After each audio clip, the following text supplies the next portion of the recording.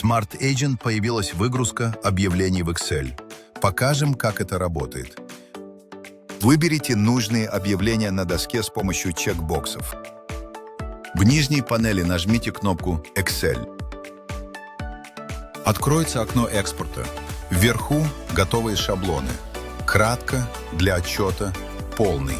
Ниже все доступные поля, сгруппированные по категориям.